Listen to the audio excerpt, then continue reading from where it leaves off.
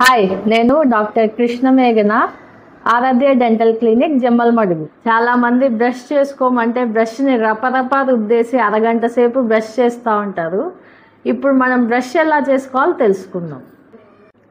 First మనం బ్రష్ని ఇలా 45 degrees యాంగులేషన్లో పెట్టి చిగుర్లకి పళ్ళకి తాకిచ్చేలా ఆనిచ్చి కొద్దిగా స్లోగా మూమెంట్ ఇస్తే బ్రష్ చిగుర్లలోకి కొద్దిగా వెళ్తుంది.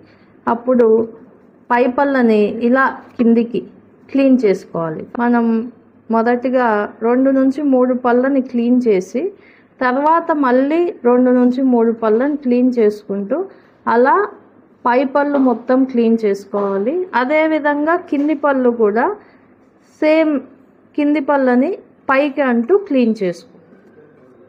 అలా ముందరి భాగం మొత్తం క్లీన్ అయిపోయిన తర్వాత లోపలి భాగం కూడా క్లీన్ చేసుకోవాలి.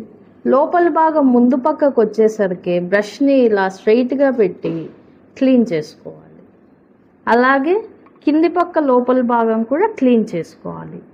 ఇలా మొత్తం పైన కింద లోపల అంతా క్లీన్ అయిపోయిన తర్వాత మనం నమిలే భాగం కూడా క్లీన్ చేసుకోవాలి. బ్రష్ అంతా అయిపోయిన తర్వాత నాలుకను టంగ్ క్లీనర్తో కానీ లేదా బ్రష్ యొక్క బ్రిజిల్స్తో కానీ క్లీన్ చేసేసుకోవాలి.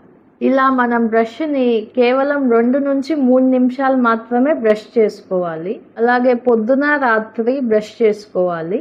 సాఫ్ట్ బ్రష్ మాత్రమే వాడాలి. అలాగే బ్రష్ని ప్రతి 3 నెలలకు ఒకసారి మార్చేయాలి. అలాగే ప్రతి 6 నెలలకు ఒకసారి డెంటిస్ట్ని కలవాలి. Happy brushing.